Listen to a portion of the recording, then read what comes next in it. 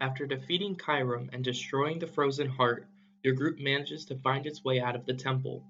As you exit the cave mouth, the morning sun blinds your eyes after being in darkness for so long. Once your visions adjust, you make your way down to the base of the mountain where you left Chiron's TAs and the wagons you took to get here. You tell them only that Chiron died, being very vague about the details. They easily accept it, considering what happened the last time he tried to traverse the caverns, and take you back to the great capital. Once back at the university, the TAs give you whatever gold they can find in Chiron's office. It isn't what he promised you, but it's all they could find. By now it's early afternoon, nearly 24 hours since you first departed for the temple. Exhausted, hungry, bruised, and beaten, you make your way to the closest tavern. Guy Dalton bids you all a not-so-fond farewell as he is, quote, completely over this shit. You approach a sturdy-looking, two-story wooden building with a sign that says Old Rockies hanging above the door. From within, you can hear the bustle of loud college students talking over the conversations of older day drinkers. All this commotion is accompanied by what sounds like two pianos fighting one another. As your group pushes through the large wooden double doors, a wall of noise hits you head-on. No one seems to notice your haggard appearance as you make your way through the crowd. You find two empty tables and push them together. A large, busty woman approaches your group with a tray of flagons balanced in each hand. Hello, my children. My name is Anna, and I'll be helping you today. Oh my, you all look absolutely exhausted. Gunther, I'll be needing 6 ales over here for my dear friends. They're so tired, she yells to the grumpy-looking bartender. Anna weaves her way around a group of drunks, watching 2 burly-looking gnomes arm wrestle and vanishes from view. The bar is bustling. A thick mustachioed man, clearly a few drinks in, effortlessly plays one of the pianos, while wholeheartedly singing as he does so. The name Rocky is painted onto the side of his beaten-up instrument. His competitor, a thin elven woman, seems eager to best him and plays her song with a bemused intensity. People are singing along to the widely known pub song being played. A small man swings from a chandelier above your heads, and one of the gnomes wins the arm wrestling contest, and the small crowd goes absolutely wild. The sounds, the smells, the sights are kind of overwhelming. But suddenly, everything stops. It's as if the bar has become frozen in place. The mead Gunther was pouring into a goblet lies still in midair. The small man on the chandelier is paused mid-swing. Rocky's face is frozen in drunken laughter, his hands poised over the piano keys completely still. The only figures in the room moving around are you 6, swiveling your heads to take in the bizarre scene. Hello, my heroes! In the middle of your table stands a translucent little boy. His glowing body is a faint blue hue, and his feet seem to hover a centimeter or so above the tabletop. My name is Erwin. I'm supposed to take you to my cuidado. Follow me, please. After some whispered debating, you decide that it's probably best that you do as this child says. After all, you'd probably otherwise be stuck here frozen like the rest of the members of the bar. You follow Erwin out of the tavern and see a similarly frozen scene throughout the city. He brings you to the edge of the city, out of the surrounding wall through a side gate, and stops facing the plains beyond. Hold on, please, my heroes! Suddenly, the world seems to spin as Erwin sprints forward. Your party is propelled over vast grasslands, through dense forests, and up a steep mountainside. He walks up to a seemingly ordinary wall of rock, places a hand on the smooth surface, and says, Through here, please, my heroes! His fingers dig deep into the stone, and as if pulling back a curtain, reveals a crevice large enough for you to file through one by one. Once you all enter the crag, Erwin releases the rock curtain and plunges you into darkness. Those of you with dark vision lead the way down the passage, and Erwin's glowing form dimly illuminates the rear of your party. After traveling a considerable distance down the tunnel, you begin to see a dim bluish-green light ahead. Several of you turn around to make sure Erwin hasn't somehow jumped to the front of your party, but you see him skimping along behind. You progress until you reach the source of the light, a large cavern filled with luminescent mushrooms. The ceiling rises dozens of meters above you, and the walls are lined with these strange fungi. Water flows from a crack in the roof, in the corner of the space, cooling below it before lazily flowing into another hole in the opposite wall. Sitting cross-legged atop a large flat rock directly in the center of the room is an old man dressed in all white, or at least what used to be all white. It has since been dirtied and yellow with age, his robes concealing a slim but sturdy figure. His long white hair is tied up behind his head, but several pieces have escaped his body. "Thank you, Aaron," the man says. "My pleasure, sir." Aaron hugs Gerard's leg, blows you all a kiss, takes a running start, and cannonballs directly into the ground. As his body makes contact with the stone, the little blue boy dissociates into a small outcropping of glowing mushrooms. "So, who are you? And why have you brought us here?" Vicky asks the man, appearing to be staring at a point at the wall ahead of him, just above your heads. He replies, "I've been called many names over the centuries, but the Opal Oracle is the one that seems to have stuck." He gestures to the stone hanging from a chain on his neck. Several flecks of color reflect the mushroom's light on an otherwise white surface. "I've been watching you all for some time now, and after learning you not only found but destroyed the frozen heart in Rhaegar's roar, I knew you were ready for the task that I have for you." "So, what kind of task are we talking about?" Tawny asks. "And, what reward are we gonna get?" Donatello chimes in.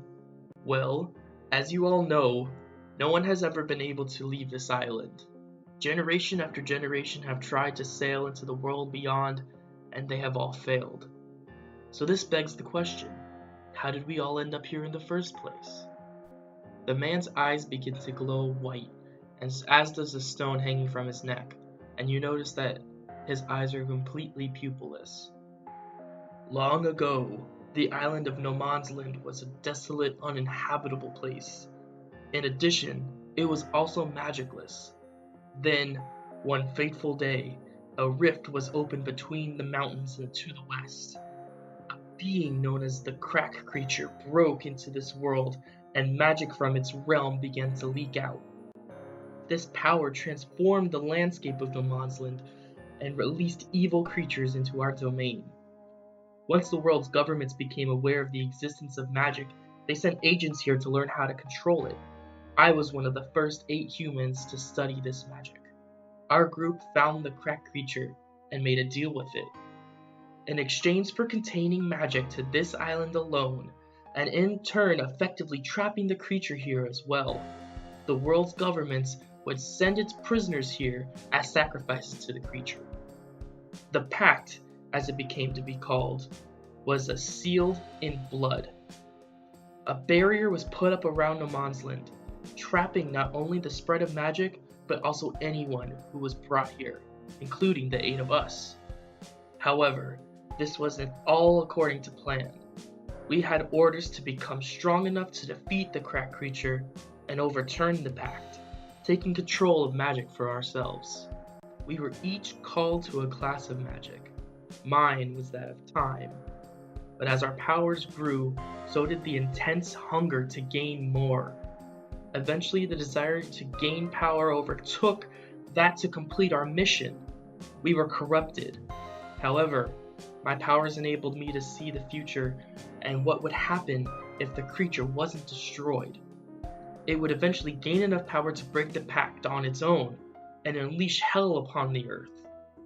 I begged my comrades to return to our task, but they refused to listen. In an attempt to become one with magic, the 7 of them performed a ritual that turned them into liches. At the climax of this ceremony, however, as their corporeal forms were burned away, I was able to trap each of them in a stone, creating the 7 stones of power. Anyone who wields a stone can channel the power of the lich within. However, if the wielder doesn't have a strong fortitude, they may succumb to the lich's wishes. Try to say that 10 times fast. Honeymouth thrusts his metal folding chair into the air and shouts, "So what does this have to do with us?" "You must train yourselves to use the 7 stones in order to become strong enough to defeat the Crack Creature. Together, they are the strongest weapon we have. However, the more you use the stones, the stronger the liches within become. And if the liches become too powerful, and are within contact with one another for too long, they may be able to escape their stone prisons. Without their magic, this world is doomed. Wait, so how are we going to be able to train ourselves to use the stones without the liches escaping? Vicky asked. If you choose to accept this important, nay, impossible task, you will have to split up into two groups. You must gain context within which to put the beast and its immense power. To do so, I will send one group to the very beginning, where the beast first emerged from the crag. Once the pact has been brokered, the beast will have its power siphoned off into the barrier. Before this happens, you will be able to see exactly what it is capable of. The other group will be sent to the future, where the beast is almost powerful enough to break the pact. Then, once you become strong enough, I will bring you all back here to this time, to this place. Reunited, you will be able to fight the beast and win. Shmi climbs up onto Tiny Mouth's lap as he is taken to sitting into his metal chair and asks, how will we know when we're ready? And how are we going to talk to each other? And how are we going to communicate at all? My power is drawn from the branches of the crag that leak magic throughout the island, the old man responds. This cave is one of those branches, but it does not provide me with enough energy. Your task will be to find the other branches around the island, hotspots where magic flows freely into the island's surface, and close them off. This will increase the flow of magic to me, and thus allow me to project my mind into the past or future, and allow you to communicate with one another. This will also increase the power directed to the other branches, however, making the monsters that live there stronger as well. What about you, Donatello questions? Are you going to be able to help us at all? My time of adventuring has come and gone, my dear, but yours is just beginning. The old man smirks as Eowyn appears behind him, carrying a wooden tray. On top of a velvet cloth lie 6 necklaces similar to the one the old man wears around his neck. Each is adorned with a different stone, all of which glow slightly differently in the dim light of the cave. Again, your task, if you choose to accept it, is to defeat the monsters crawling out of the crag branches around the island, seal these branches, and channel the energy into the stones. After you seal each branch, I'll appear here in the cave to give you counsel if needed. Yo, so who gets which stone? Are they gonna choose us or something? Yanni asks, inching towards Eowyn to get a closer look. Pick whichever one you want, my dude, the old man responds. You all look at one another and silently come to the conclusion that going on a quest to save your world while getting cool magic powers in the process sounds pretty good, and nearly tackle Eowyn as you eagerly fight over the stones. But there's only 6 of us, so who gets the last stone? Vicky asks as you untangle yourselves from the pile. When the 8 of us were first exploring the island, we came across a creature known as Lisk. He befriended our group and eventually helped me find the stones which I used to trap my comrades. He will aid those of you traveling to the past. As for those traveling to the future, I have foreseen you meeting a warrior worthy of the cause. She goes by the name Yassatar. As the dangers that await you are no small matter, shall one of you fall, another will take their place. You all stare at him, then at one another, because the guy that can see the future just suggested that one of you was going to die during this quest, and... what? As for the 7th stone, Lisk and Yassatar will each wield the amethyst in their timeline. This stone has a unique ability to distribute power to each of the other liches, ensuring that all 7 are strong enough to defeat the crag creature. I must warn you, the liches will try to influence you by using any tricks necessary. If you feel yourself succumbing, try swapping the stones with one another to distance yourselves from that lich.